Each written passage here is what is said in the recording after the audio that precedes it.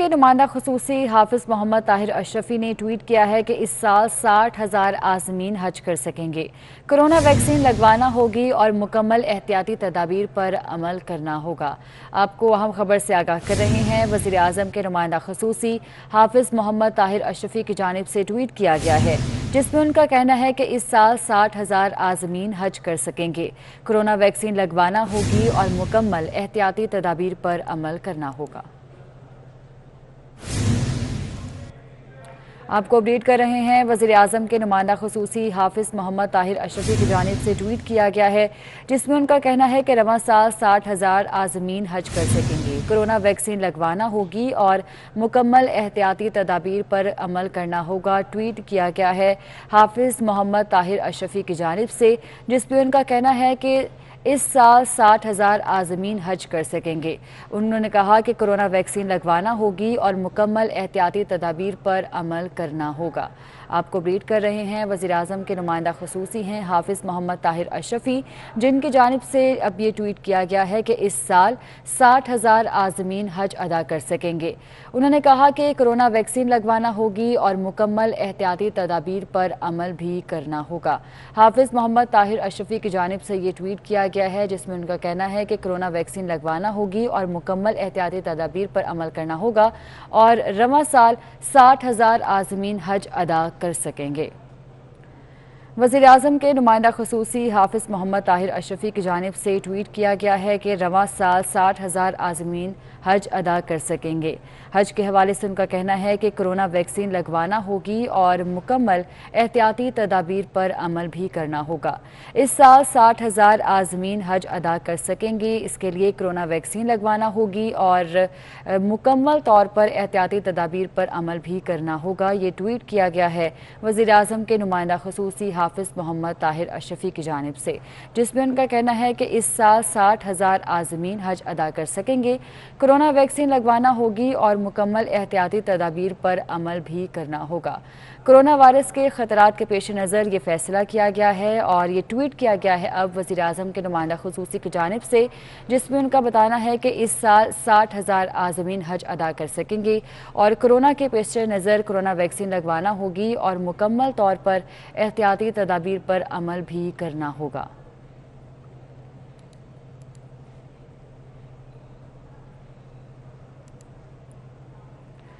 کراچی سے خبر ہے، جماعت اسلامی کی جانب سے آج ہونے والے فلسطین مارچ کی تیاریاں جاری ہیں۔ امیر جماعت اسلامی سراج الحق شاہراہ فیصل کیمپ کا دورہ کریں گے۔ جماعت اسلامی کی جانب سے شہریوں سے فلسطین مارچ میں بھرپور شرکت کی اپیل کی گئی ہے۔ محمد کامران سے تیاریوں کا مزید احوال جان لیتے ہیں۔ محمد کامران، بتائیے گا۔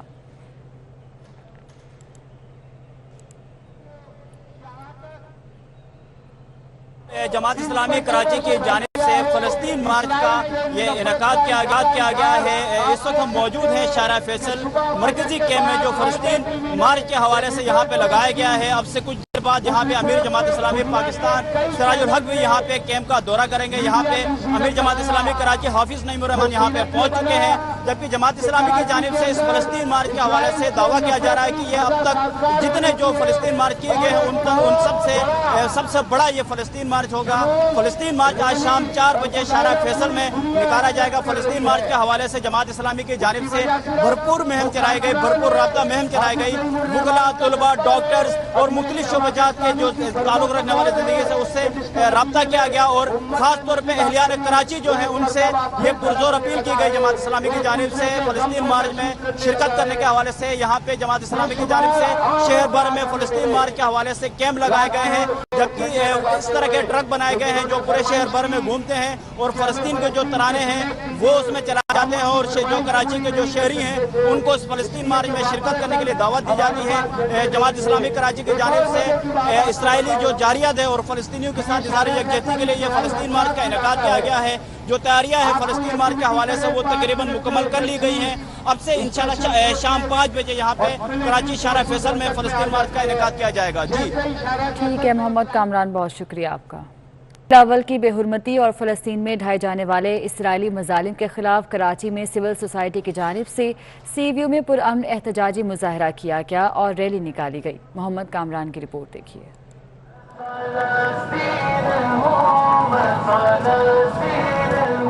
فلسطین میں اسرائیلی مظالم کے خلاف شہر قائد کے عوام سڑکوں پر آ گئے۔ شہید سید علی رضا عبدی فاؤنڈیشن کے زیر اہتمام کراچی میں کیپٹن فرحان علی شہید پارک سی ویو میں سول سوسائٹی نے بھرپور احتجاجی مظاہرہ کیا۔ اس موقع پر مرحوم سید علی رضا عبدی کی والدہ ڈاکٹر سبیحہ اخلاق کا کہنا تھا کہ وہ مسلمان حکمرانوں کو جگانے کے لیے باہر نکلے ہیں۔ ہم ایک پرامن احتجاج کر رہے ہیں اپنے فلسطینی بھائیوں کی مدد کے لیے، اور خاص طور سے عالم اسلام کے حکمرانوں کو خواب غفلت سے جگانے کے لیے۔ MQM پاکستان کے رہنما محفوظ یار خان کا کہنا تھا کہ وہ فلسطینیوں کے ساتھ اظہار یکجہتی کے لیے یہاں جمع ہوئے ہیں۔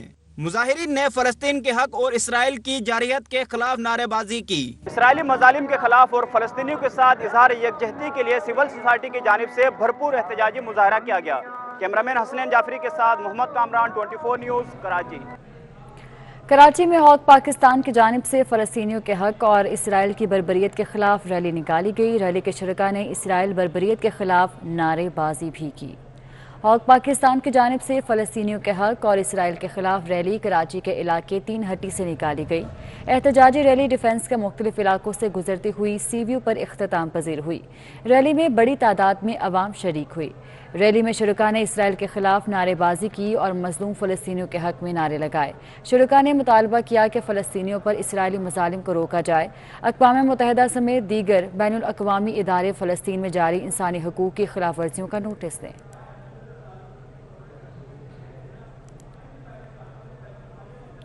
علی ظفر کی چینی سکینڈل پر رپورٹ ابھی پیش نہیں ہوئی اور شہزاد اکبر نے اس پر تبصرے شروع کر دیے۔ چینی سکینڈل سے متعلق شہزاد اکبر کی ٹیم کی تحقیقات پر جہانگیر ترین نے عدم اطمینان کا اظہار کیا تھا۔ جہانگیر ترین کے خدشات پر وزیر اعظم نے علی ظفر کو تحقیقات کی ذمہ داری دی تھی۔ علی ظفر نے اگلے چند روز میں وزیر اعظم کو اپنی رپورٹ پیش کرنی ہے۔ رپورٹ پیش ہونے سے پہلے ہی شہزاد اکبر نے اپنے موقف کی تائید ہونے کا تاثر دینا شروع کر دیا۔ وزیر اعظم بھی شہزاد اکبر کے انٹرویوز پر خاموش ہیں۔